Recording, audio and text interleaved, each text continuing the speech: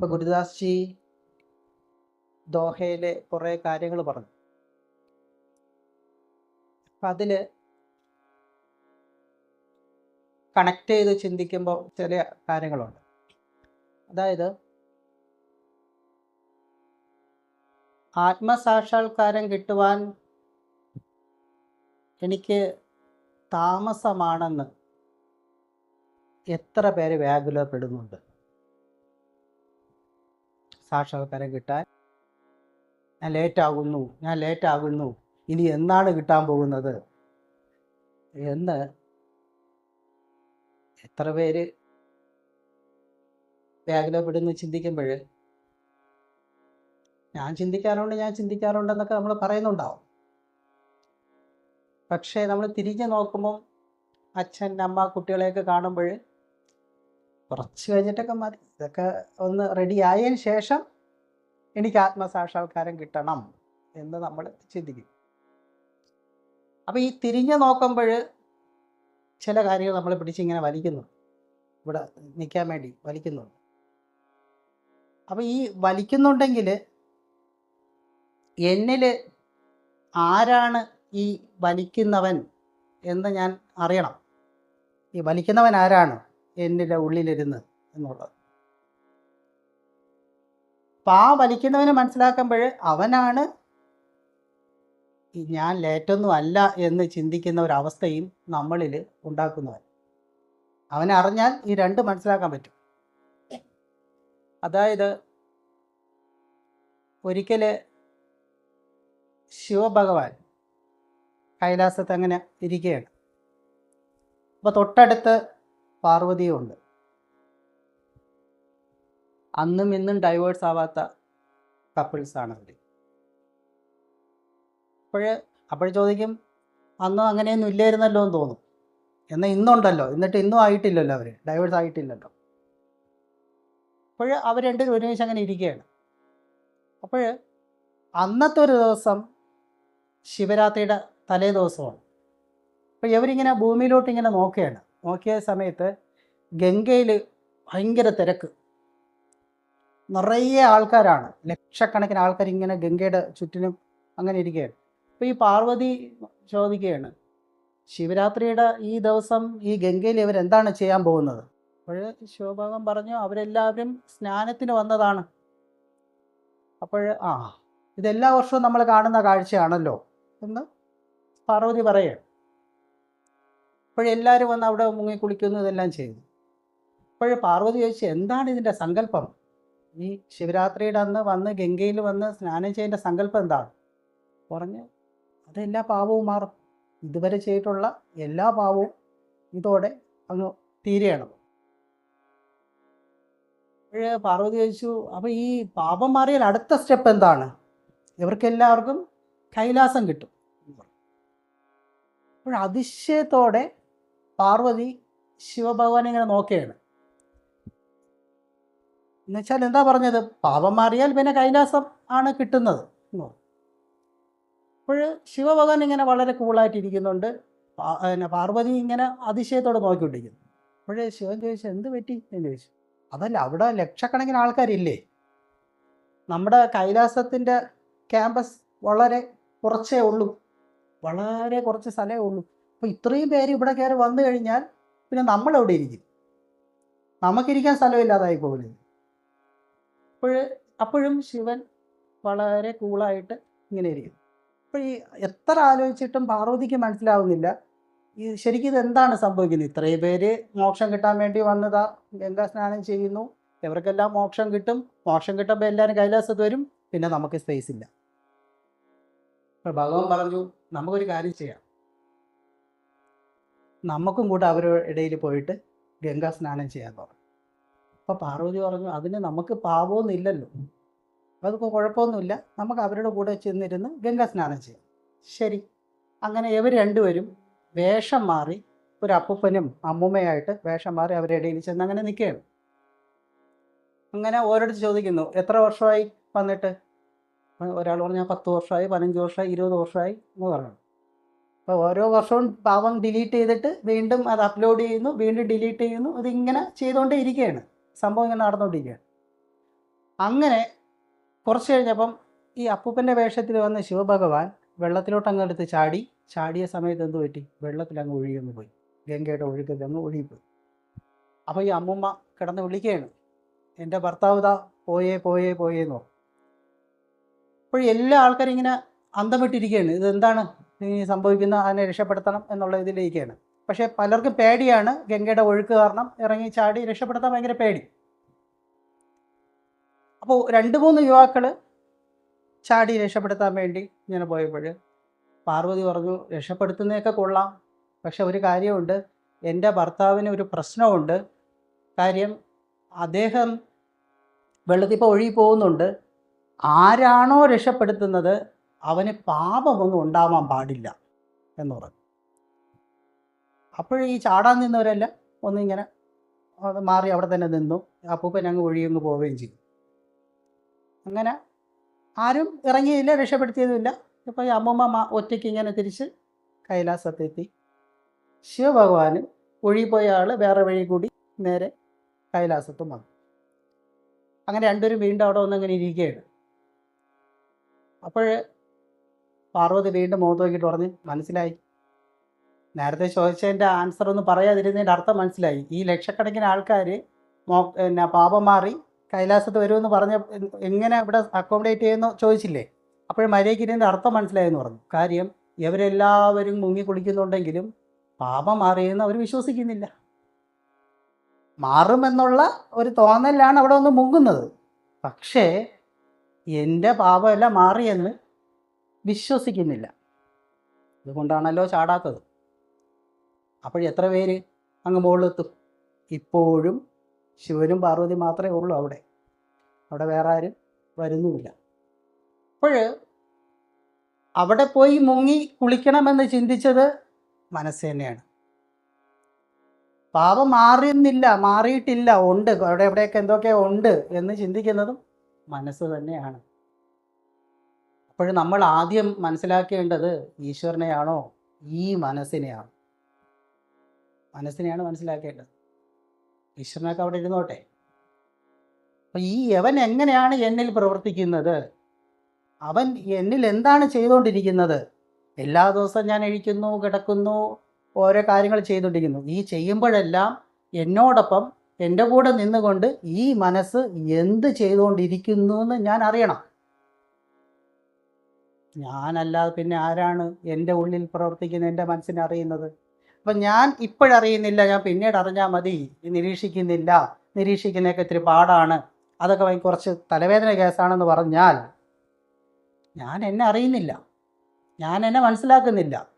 ഞാൻ എന്നെ മനസ്സിലാക്കിയാലും ഇല്ലെങ്കിലും മനസ്സ് പ്രവർത്തിച്ചു കൊണ്ടേയിരിക്കും, അത് ഇൻ്റർപ്രറ്റ് ചെയ്തുകൊണ്ടേയിരിക്കും, അത് നമ്മളോട് സംസാരിച്ചു കൊണ്ടേയിരിക്കും. അത്രയ്ക്കും നമ്മൾ അസ്വസ്ഥനായിക്കൊണ്ടേയിരിക്കും. അതാണ് അവിടെ സംഭവിക്കുന്നത്. ഈ നമ്മൾ കേട്ടിട്ടില്ലേ, ദിവസവും തേക്കുന്ന നിലവിളക്ക് നല്ലതായിട്ട് തിളങ്ങുമെന്ന് പറയും. കഴുകാത്തതോ അല്ലെങ്കിൽ ആ തേക്കാത്ത വിളക്കോ അതിങ്ങനെ ഡാർക്കായിട്ട് തന്നെ ഇരിക്കും. അതിൽ നമ്മൾ ദീപം കത്തിച്ച് വെച്ചാലും അതിനൊരു ശോഭയുണ്ടാകില്ല. അപ്പം നിരീക്ഷിക്കുക എന്ന് പറയുന്ന ഒരു പ്രോസസ്സ് ഞാൻ എന്നിലേ തന്നെ ചെയ്യുമ്പോൾ കൃത്യമായി എൻ്റെ മനസ്സ് എന്നെ എന്തെല്ലാം ചെയ്യിപ്പിച്ചു കൊണ്ടിരിക്കുന്നു എന്നുള്ളത് ഞാൻ എനിക്ക് ബോധ്യപ്പെടും. ഇപ്പം അങ്ങോട്ട് പോകണം അല്ലെങ്കിൽ ഇങ്ങോട്ട് പോകണം, ഇവിടെ ഇരിക്കാം എന്നെല്ലാം പറയുമ്പോൾ അതനുസരിച്ച് ഒരു പപ്പറ്റ് പോലെ കിടന്നാടിക്കളിക്കുന്ന ഒരു വ്യക്തിയായിട്ട് ഞാൻ മാറില്ല.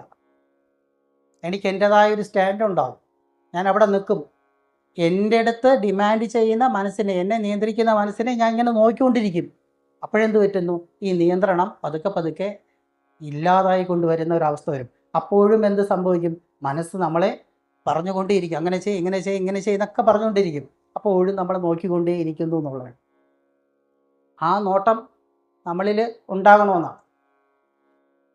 അത് കണക്ട് ചെയ്ത് ഒരു ചെറിയൊരു സ്റ്റോറി പറയാം. അതായത് ഒരു ധ്യാന സെൻറ്റർ, അവിടെ ഗുരു ശിഷ്യനും കൂടെ അങ്ങനെ ഇരിക്കുകയാണ്. എന്നിട്ട് അവരിങ്ങനെ കുറച്ച് നടക്കാമെന്ന് പറഞ്ഞിട്ട് അവരിങ്ങനെ നടന്നു പോവുകയാണ്, ഒരു വഴി കൂടെ ഇങ്ങനെ നടന്നു പോവുകയാണ്. അപ്പോൾ ഇങ്ങനെ ഓരോ കാര്യങ്ങളിങ്ങനെ അങ്ങോട്ടും ഇങ്ങോട്ടും സംസാരിച്ച് ഇങ്ങനെ നടന്ന് പോയി. അങ്ങനെ പോയി ഗുരു പറയും നമുക്ക് കുറച്ചു നേരം കടലിൻ്റെ തീരത്ത് നിന്നിരുന്നാലോ എന്ന് പറഞ്ഞു. ശരി, കടലിൻ്റെ തീരത്ത് നിന്നിരിക്കാം. അങ്ങനെ ചെന്ന് അവർ കടലിൻ്റെ തീരത്ത് തന്നെ നിന്നു. അപ്പം വിശാലമായ കടൽ കാണുന്നു, കാറ്റ് കാണുന്നു, സൂര്യാസ്തമയം കാണുന്നു. ഇതെല്ലാം കണ്ട് ആസ്വദിച്ച് അങ്ങനെ ഇരുന്ന സമയത്ത് ഇപ്പം ഇങ്ങനത്തെ ഒരു സിറ്റുവേഷൻ വരുമ്പോൾ അവിടെ അടുത്തെന്താണ് വേണ്ടത്? ഒരു ചോദ്യം വരണം. അപ്പം ശിഷ്യൻ ചോദിക്കുകയാണ്, ഈ കടലിന് ഒരു അന്തമില്ലല്ലേ എന്ന് ചോദിക്കുകയാണ്. അപ്പോൾ ഗുരു തിരിച്ച് ചോദിക്കും, നീ തിരമാലയെ ശ്രദ്ധിച്ചോ എന്ന് ചോദിക്കും. ആ, ഞാൻ തിരമാല ശ്രദ്ധിക്കുന്നു, തിരമാല വന്നു പോയിക്കൊണ്ടിരിക്കുകയാണ്. ശരിക്കും തിരമാലയ്ക്ക് എന്താണ് സംഭവിക്കുന്നതെന്ന് ചോദിച്ചു. അപ്പോൾ ഇദ്ദേഹം നോക്കിയിട്ട് പറഞ്ഞു, തിരമാലയ്ക്ക് എന്താണ് സംഭവിക്കാൻ? ഓരോ തിരമാലകൾ വരുന്നു, അതവിടെ അവസാനിക്കുന്നു. അപ്പോൾ ഗുരു വീണ്ടും ചോദിച്ചു, ശരിക്കും തിരമാലയ്ക്ക് എന്താണ് സംഭവിക്കുന്നത്? അപ്പോൾ തിരമാല വരുന്നു, അത് അവസാനിക്കുന്നു എന്ന് പറഞ്ഞു. അപ്പോൾ തിരമാല ഇല്ലാതാവുകയാണോ ചെയ്യുന്നത് എന്ന് ചോദിച്ചപ്പോൾ ആ ശിഷ്യൻ പറഞ്ഞു, അതെ, തിരമാല വരുന്നു, അത് ഇല്ലാതാകുന്നു, കരയിലോട്ട് അടുത്ത് വരുന്നിട്ട് പിന്നെ അവിടെ ഇല്ലാതാകുന്നു. അപ്പോൾ ഗുരു പറഞ്ഞു, അപ്പോഴും നീ ഇൻ്റർപ്രറ്റ് ചെയ്യുന്നതിൻ്റെ പ്രശ്നമാണെന്ന് പറഞ്ഞു. പറഞ്ഞു, ഇൻ്റർപ്രട്ടേഷൻ അല്ലല്ലോ, ഞാൻ കാണുന്നതല്ലേ, വലിയ തിര വരുന്നു, കരയിലെത്തുമ്പോൾ അത് ഇല്ലാതാകുകയല്ലേ. അപ്പോൾ ഗുരു പറഞ്ഞു, തിര ഒരിക്കലും ഇല്ലാതാകുന്നില്ല, അത് കരയിലെത്തിയാലും വീണ്ടും സമുദ്രം തന്നെയാണ് ആകുന്നത് എന്ന് പറഞ്ഞു. അപ്പം ശിഷ്യൻ ചോദിച്ചു, അതെങ്ങനെ? അപ്പോൾ പറഞ്ഞു, ഈ തിര എവിടെ നിന്ന് വന്നു? സമുദ്രത്തിൽ നിന്ന് വന്നു. തിര വരുന്നതിന് തൊട്ട് മുമ്പ് എന്തായിരുന്നു? അവിടെ സമുദ്രം തന്നെ ഉണ്ടായിരുന്നുള്ളൂ. ആ സമുദ്രം എന്തായി? അല്പനിമിഷത്തേക്ക് തിരയായി.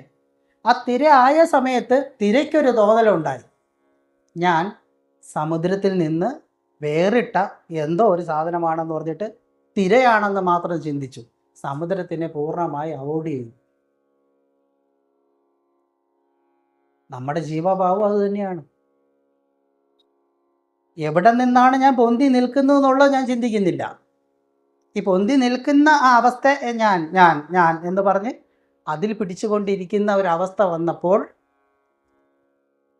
തീരം ഞാൻ അവസാനിക്കുന്നു എന്നുള്ള ഭയവും വ്യാകുലതയും എല്ലാം നമ്മളിൽ ഉണ്ടായി. പക്ഷേ ആ തിര കടലിൽ നിന്നുണ്ടായി, ആ തിര കടൽ തന്നെയാണ്, അത് അവസാനിക്കുന്നില്ല, വരുന്നുമില്ല, പോകുന്നുമില്ല എന്നുള്ളൊരു ബോധ്യം വന്നാലോ തിരയും കടലും എന്നുള്ള രണ്ടില്ലെന്നുള്ളൊരു ബോധം വരും. ശരിക്കും ഈ ഞാൻ എന്ന് പറഞ്ഞ് നമ്മൾ തുടക്കത്തിൽ പറഞ്ഞ ആ മനസ്സ്, ഇത് മനസ്സിൻ്റെ ഇൻ്റർപ്രിട്ടേഷനാണ്. കടലിലെ ആ തിരയ്ക്ക് ഞാൻ തിരയാണെന്ന് തോന്നിയാൽ ആ തിരയുടെ മനസ്സാണ് അത് ഇൻ്റർപ്രറ്റ് ചെയ്തത്. അതേപോലെ ജീവഭാവമെന്ന് എന്നെ തോന്നിപ്പിക്കുന്ന എന്നിൽ ഒരു മനസ്സിരുന്ന് ഇങ്ങനെ പ്രവർത്തിച്ചുകൊണ്ടിരിക്കുകയാണ്. ആ യഥാർത്ഥ അബ്സല്യൂട്ടുമായിട്ട് ഞാൻ വേറിട്ട് നിൽക്കുന്നു എന്നുള്ള ഒരു തോന്നൽ നിരന്തരം എന്നിൽ തോന്നിപ്പിച്ചുകൊണ്ട് മനസ്സിങ്ങനെ നിൽക്കുമ്പോൾ നമ്മൾ എന്ത് ചിന്തിച്ചാലും എന്ത് പ്രവർത്തിച്ചാലും അത് നമ്മുടെ ഐ പ്രൊജക്ഷൻസ് മാത്രമായിരിക്കും. എൻ്റെ ഐയെ സംരക്ഷിക്കുവാനും എൻ്റെ ഐക്ക് വേണ്ടിയിട്ട് മാത്രമേ എൻ്റെ മനസ്സ് ചിന്തിക്കുകയുള്ളൂ. ധ്യാന സെൻറ്ററിൽ നമ്മൾ എന്താ ചെയ്യുന്നത്? മനസ്സിനെ നിരീക്ഷിക്കാനാണ് പറയുന്നത്, എൻ്റെ മനസ്സിനെ നോക്കാനാണ് പറയുന്നത്, ആ മനസ്സിനെ സൈലൻ്റ് ആക്കാനാണ് പറയുന്നത്. സൈലൻ്റ് ആകുമ്പോൾ എന്നിൽ എന്ത് സംഭവിക്കുന്നു എനിക്കറിയണ്ടേ? ശബ്ദിക്കുന്ന മനസ്സിന് മാത്രമേ എനിക്കറിയാവൂ. പക്ഷേ അത് സൈലൻ്റ് ആയാൽ എന്നിൽ എന്താണ് സംഭവിക്കുന്നത് എനിക്കതറിയണം, എനിക്കറിയാൻ പറ്റണം. അപ്പോൾ മനസ്സ് എങ്ങനെ സൈലൻ്റ് ആകുന്നു? അത് അടുത്ത ചോദ്യം. ഇതിങ്ങനെ സംസാരിച്ചുകൊണ്ടിരിക്കുകയാണ്. 60-ലെ പിറുപിറുപ്പെന്നൊക്കെ പറയും. പക്ഷേ മനസ്സ് 60 വയസ്സായതുകൊണ്ടാണോ പിറുപിറുക്കുന്നത്? അല്ല, അത് നമ്മുടെ ജനിക്കുമ്പോഴേ അത് പിറുപിറുത്തുകൊണ്ട് തന്നെയാണ് ഇരിക്കുന്നത്. അപ്പോൾ പിന്നെ 60-ലെ പിറുപിറുപ്പെന്ന് പറയുന്നതിൽ എന്താണ് അർത്ഥം? അത് അവിടെ നമ്മൾ എന്താ നോക്കുന്നത്? ശരീരത്തിനെയാണ് നോക്കുന്നത്, ശരീരത്തിൻ്റെ 60 നോക്കുന്നത്. എന്നാൽ പിറുപിറുക്കുന്ന മനസ്സിന് എത്ര പ്രായമായിട്ടുണ്ടാവും? നമ്മളത് ചിന്തിക്കുന്നില്ല. അപ്പോൾ നമ്മൾ ധ്യാനം ചെയ്യുവാൻ ഇവിടെ വരുമ്പോൾ അറ്റ്ലീസ്റ്റ് മനസ്സിനെ നിരീക്ഷിക്കണമെങ്കിൽ എനിക്ക് ഈ നിമിഷത്തിൽ ഇരിക്കുവാൻ സാധിക്കണം. ഈ നിമിഷത്തിലിരിക്കാൻ വേണ്ടിയിട്ടുള്ള ചില ടെക്നിക്സുകൾ മാത്രമായിരിക്കും നമ്മൾ കടന്ന് പോകുന്നത് ഓരോ കാര്യത്തിൽ. അത് ചിലപ്പോൾ നമ്മൾ ബ്രീത്തിങ്ങിൽ ശ്രദ്ധിച്ചിരിക്കുന്നതാകാം, ചിന്തകളെ നിരീക്ഷിക്കുന്നതാവാം, ഒരു മ്യൂസിക് കേൾക്കുന്നതാവാം, നമ്മളിൽ ഉണ്ടാവുന്ന ശരീര ചലനത്തെ തന്നെ കൃത്യമായി കണ്ടുകൊണ്ടിരിക്കുന്നതാകാം. അങ്ങനെ നാം നമ്മളിലോട്ട് തന്നെ ശ്രദ്ധിച്ചുകൊണ്ട് നമ്മൾ നിശ്ചലമായിട്ടും ചലനം ചെയ്തുകൊണ്ടും, അതായത് ചലനം നടക്കുന്ന സമയത്തും നിശ്ചലത നടക്കുന്ന സമയത്തും എന്നെ ശ്രദ്ധിച്ചു കൊണ്ടിരിക്കുന്ന ഒരവസ്ഥയാണ് ധ്യാനം എന്ന് പറയുന്നത്. നമുക്ക് ഓരോ സെക്ഷനിലോട്ട് പോകാം. ഇന്ന് വളരെ ലേറ്റാണ്. ഒന്ന് കൂളായിട്ടിരിക്കുക, നട്ടിൽ നിവർന്നിരിക്കുക, ബ്രീത്തിങ്ങിൽ തന്നെ ശ്രദ്ധിച്ചിരിക്കുക. സാവകാശ കണ്ണടച്ച് എന്ത് ശബ്ദമാണോ പുറത്ത് കേൾക്കുന്നത് അത് ശ്രദ്ധിച്ച്, കേൾക്കുന്ന ശബ്ദത്തെ ശ്രദ്ധിച്ച്, അത് ഫാൻ്റെ സൗണ്ട് ആകാം, പുറത്തുള്ള വാഹനങ്ങളുടെ സൗണ്ട് ആകാം, അത് ഇങ്ങനെ ശ്രദ്ധിച്ച് ഇരിക്കുക.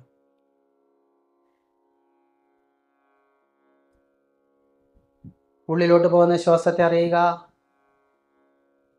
പുറത്തോട്ടൊരു നിശ്വാസം അറിയുക.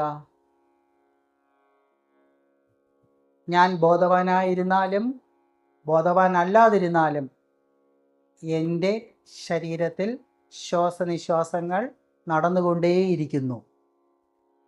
ആ അവസ്ഥയെ, ആ ശ്വാസനിശ്വാസത്തെ അറിഞ്ഞുകൊണ്ട്, മനസ്സിലാക്കിക്കൊണ്ട്, ഇൻ്റർപ്രറ്റ് ചെയ്യാതെ നിരീക്ഷിച്ചു കൊണ്ടിരിക്കുന്നു.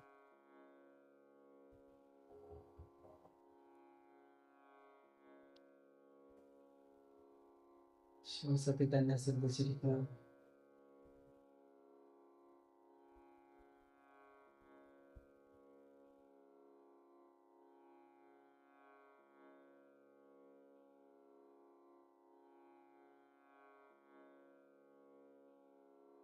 നമ്മുടെ മുന്നേ ശബ്ദമുണ്ടായിരുന്നാലും നിശബ്ദമായിരുന്നാലും ശ്രദ്ധ നമ്മളിൽ തന്നെ ഉണ്ടായിരുന്നു.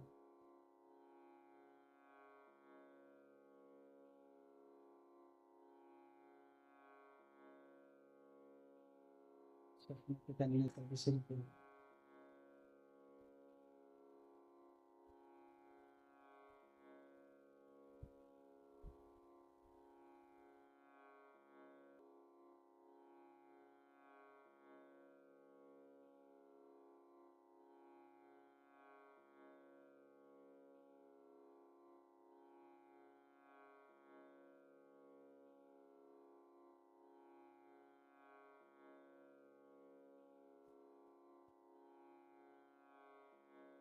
ഒരു ദീർഘമായ ഒരു ശ്വാസം, സാവകാശം വിശ്വാസം.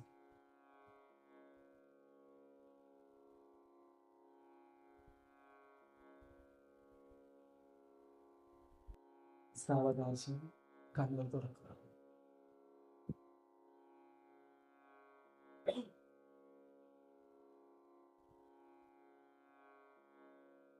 നമ്മൾ പറഞ്ഞു വന്നത് മനസ്സിൻ്റെ ചലനം. നമ്മുടെ ഉള്ളിൽ മനസ്സ് പ്രവർത്തിച്ചു കൊണ്ടേയിരിക്കുകയാണ്. ഈ പ്രവർത്തിച്ചു കൊണ്ടേയിരിക്കുന്ന മനസ്സിനെ നമ്മൾ കാണുന്നില്ല എന്ന് പറയുന്നതാണ് ഏറ്റവും വലിയ മായ. അതാണ് ഏറ്റവും വലിയ മായ. നമ്മുടെ മുന്നിൽ കുറേ മരങ്ങൾ ഇരിക്കുന്നു വിചാരിക്കുക. കുറേ മരങ്ങൾ, ഇപ്പോൾ റബ്ബർ എസ്റ്റേറ്റ് പോലെ കുറേ മരങ്ങളുണ്ട്.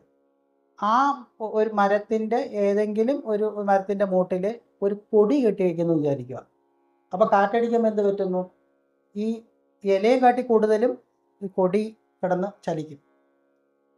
അപ്പോൾ ഒരു 100 മരങ്ങൾ ഉള്ളതിൽ ഏതെങ്കിലും ഒരു മരത്തിലായിരിക്കും പൊടി കെട്ടിയിരിക്കും വിചാരിക്കുക. അപ്പോൾ നമ്മൾ ആ ഒരു സീനിലോട്ട് നോക്കുമ്പോൾ എന്ത് പറ്റും? പൊടിയുള്ള മരത്തിൽ പെട്ടെന്ന് നമ്മൾ കണ്ണ് ഉടക്കും. കാര്യം എന്താണ്? ബാക്കിയെല്ലാം സ്റ്റില്ലായിട്ടിരിക്കുകയാണ്. ഒന്നിൽ മാത്രം പൊടി അനങ്ങുന്നതുകൊണ്ട് നമുക്ക് പെട്ടെന്ന് അവിടെ ശ്രദ്ധിക്കും.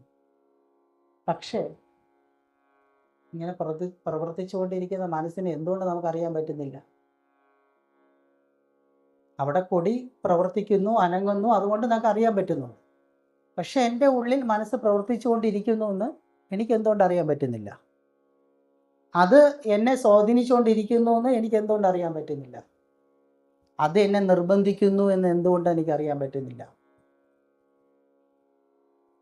ആ നിർബന്ധത്തിന് വഴങ്ങി ഞാൻ പ്രവർത്തിച്ചു കൊണ്ടിരിക്കുന്നു എന്ന് ഒന്നുകിൽ പ്രവർത്തിച്ചു കൊണ്ടിരിക്കുന്ന സമയത്ത് അറിയാൻ പറ്റണം, അതല്ലെങ്കിൽ അതിനുശേഷം അറിയാൻ പറ്റണം.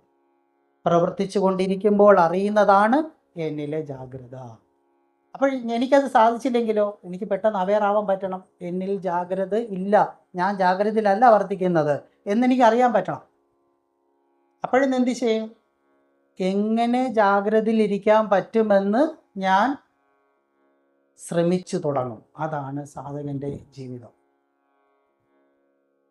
എന്നിൽ ജാഗ്രത ഇല്ല എന്ന് ഞാൻ തിരിച്ചറിഞ്ഞാൽ അത് എനിക്ക് കൾട്ടിവേറ്റ് ചെയ്യണ്ടേ?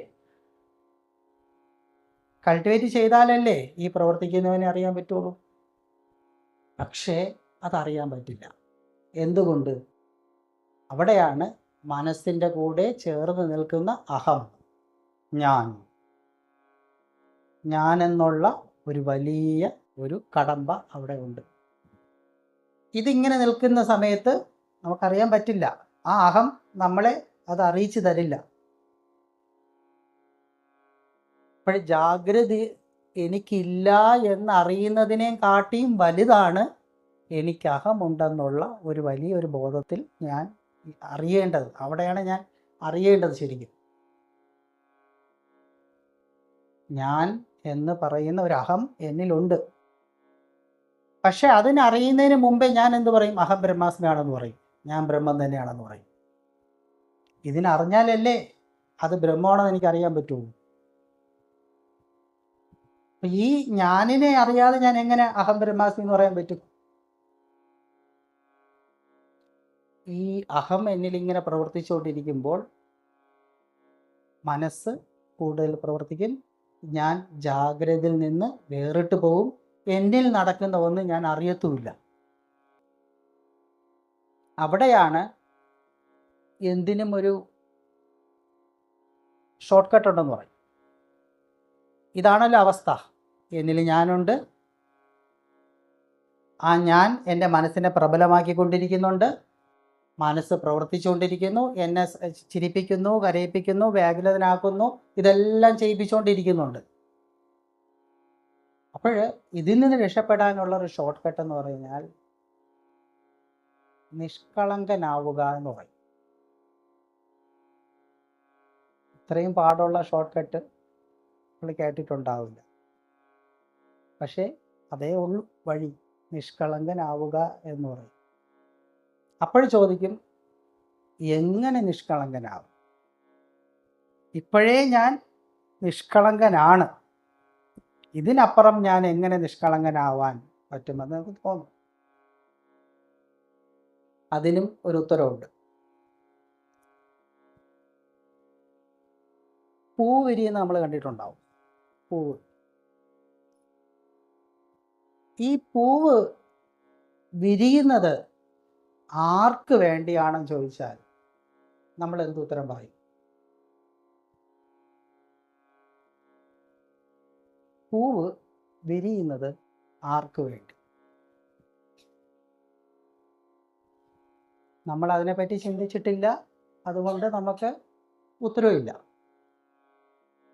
എന്നാൽ ചിന്തിക്കുവാൻ ഒരു അവസരം തന്നതുകൊണ്ട് നമ്മൾ പറയും, പൂവിനെ കാണുന്നവന് വേണ്ടിയിട്ടാണ് പൂവ് വിരിയുന്നതെന്ന് പറയും. പക്ഷേ അതിന് വേണ്ടിയിട്ടാണോ പൂവ് വിരിയുന്നത്? പൂവ് സ്വാഭാവികമായിട്ട് വിരിയുന്നു, ആരെയും കാണിക്കുവാൻ വേണ്ടിയിട്ടല്ല പൂവ് വിരിയുന്നത്. അപ്പം അതേപോലെ നിഷ്കളങ്ക എന്ന് പറയുന്നത് എന്നിൽ ഭയമില്ലാതിരിക്കണം. ഞാൻ എൻ്റെ സ്വാഭാവികതയിൽ എനിക്ക് നിൽക്കാൻ പറ്റണം. അപ്പോഴാണ് നിഷ്കളങ്കത വരുന്നത്. അപ്പോൾ എളുപ്പമാണോ? ഇല്ല. നിഷ്കളങ്കതയിൽ നിലനിൽക്കാനും എളുപ്പമല്ല. അപ്പം വീണ്ടും ചോദിക്കുന്നു, അതിനും ഒരു ഷോർട്ട് കട്ട് ഇല്ലേ എന്ന് ചോദിക്കും. അപ്പം തീർച്ചയായിട്ടും അതിനും ഒരു ഷോർട്ട് കട്ടുണ്ട്. അതിൻ്റെ ഷോർട്ട് കട്ട് എന്ന് പറയുന്നതാണ് വൃത്തത്തിലെ സൂര്യനിൽ പറഞ്ഞുകൊണ്ടിരിക്കുന്ന നിരീക്ഷകൻ നിരീക്ഷകൻ നിരീക്ഷകൻ എന്ന് പറയുന്ന ഒരു സാധനം. ഇതിനപ്പുറം ഒരു ഷോർട്ട് കട്ട് ഇല്ല. കാരണം എന്നെക്കൊണ്ട് പറ്റില്ല എന്ന് ചിന്തിക്കുന്നത് ആരാണ്? ഞാൻ തന്നെയാണ്. എന്നെക്കൊണ്ട് സാധിക്കുമെന്ന് ഞാൻ ചിന്തിക്കുന്നത് ആരാണ്? ഞാൻ തന്നെയാണ്. അപ്പം ഇതെല്ലാം പറ്റുമെന്നും പറ്റില്ലെന്നും പറ്റിപ്പോയെന്നും എല്ലാം പറയുന്നത് ഞാൻ തന്നെയാണ്. ഈ പറയുന്ന കാര്യങ്ങൾ പറ്റുമെന്നും പറ്റില്ലെന്നും പറ്റിപ്പോയെന്നൊക്കെ പറയുന്ന ആ ഇൻ്റർപ്രറ്റ് ചെയ്യുന്ന അവനെ നിരീക്ഷിക്കുക. അപ്പോഴേ പറ്റിയില്ലെങ്കിൽ അതിന് ശേഷമെങ്കിലും നിരീക്ഷിക്കുക. അറ്റ്ലീസ്റ്റ് ജാഗ്രത അല്ലായിരുന്നു എന്നെങ്കിലും ഞാൻ ബോധ്യമാകും. ധ്യാന സെൻറ്ററിൽ നമ്മൾ മെഡിറ്റേഷൻ ക്യാമ്പുകളൊക്കെ വരുന്ന സമയത്ത് ഈ നിമിഷത്തിൽ നിൽക്കൂ എന്ന് പറയുമ്പോൾ എന്താണ് എൻ്റെ അർത്ഥം? ജാഗ്രതയിൽ നിൽക്കൂ എന്നേ എൻ്റെ അർത്ഥമുള്ളൂ. ഈ നിമിഷം എൻ്റെ മനസ്സ് എന്താണ് ചിന്തിക്കുന്നത് എന്ന് ഞാൻ തിരിച്ചറിഞ്ഞുകൊണ്ടിരിക്കുക എന്നുള്ള അർത്ഥമേ ഉള്ളൂ. ശ്വാസത്തിൽ ശ്രദ്ധിക്കുക എന്ന് പറയുമ്പോൾ നമ്മൾ അപ്പുറത്ത് നോക്കും, അപ്പുറത്ത് ആൾ ശ്വസിക്കുന്നുണ്ടോ എന്ന് നോക്കും. അങ്ങനെ നോക്കിയിട്ട് എന്താ കാര്യം? അവൻ്റെ ശ്വാസം നോക്കാൻ അവനറിയാം. അവൻ ശ്വസിക്കുന്നുണ്ടെങ്കിൽ നോക്കാൻ നമ്മളെ ഏൽപ്പിച്ചിട്ടില്ലല്ലോ. ഞാൻ എൻ്റെ ശ്വാസത്തെ ഞാൻ ശ്രദ്ധിക്കുക. അപ്പോൾ അറ്റ്ലീസ്റ്റ് ഞാൻ ജാഗ്രതയിലായി. ആ നിമിഷം ഞാൻ ജാഗ്രതയിലായി. ഞാൻ എൻ്റെ ശ്വസനം ഞാൻ ശ്രദ്ധിക്കുകയാണ്. അങ്ങനെ നമ്മുടെ ശ്വാസനിശ്വാസത്തിൽ ശ്രദ്ധിച്ച് ചലനങ്ങളെ ശ്രദ്ധിച്ച് നിൽക്കുമ്പോൾ ഈ നിമിഷത്തിലെ ഞാനായി. അപ്പോഴാണ് ജാഗ്രത നിൽക്കുന്ന എന്നിൽ മനസ്സിനെ പ്രവർത്തിക്കുവാൻ സാധിക്കാതിരിക്കുന്ന ഒരവസ്ഥ ഉണ്ടെന്ന് ഞാൻ തിരിച്ചറിയും. അതാണ് ധ്യാനത്തിൻ്റെ റൂട്ട്. നമുക്ക് ആ ഒരു സെക്ഷൻസിലോട്ടൊക്കെ കടന്നു പോകാം. ഒരിക്കൽ കൂടി സ്ട്രൈറ്റ് ആയിട്ട് നിൽക്കുക. ഒരു മ്യൂസിക്കും കൂടി ഒരു ഭജനയും കൂടി നമ്മൾ ശ്രദ്ധിച്ചിരിക്കുക. ശ്വസനത്തിൽ തന്നെ ശ്രദ്ധിക്കുക. ഉള്ളിലോട്ട് പോകുന്ന ശ്വാസം, പുറത്തോട്ടൊരു വിശ്വാസം അറിഞ്ഞുകൊണ്ട് തന്നെ ശ്വസിക്കുക. ഈ നിമിഷത്തിലെ ശ്വാസനിശ്വാസങ്ങളെ അറിഞ്ഞുകൊണ്ട് വിടുക, ഇരിക്കുക.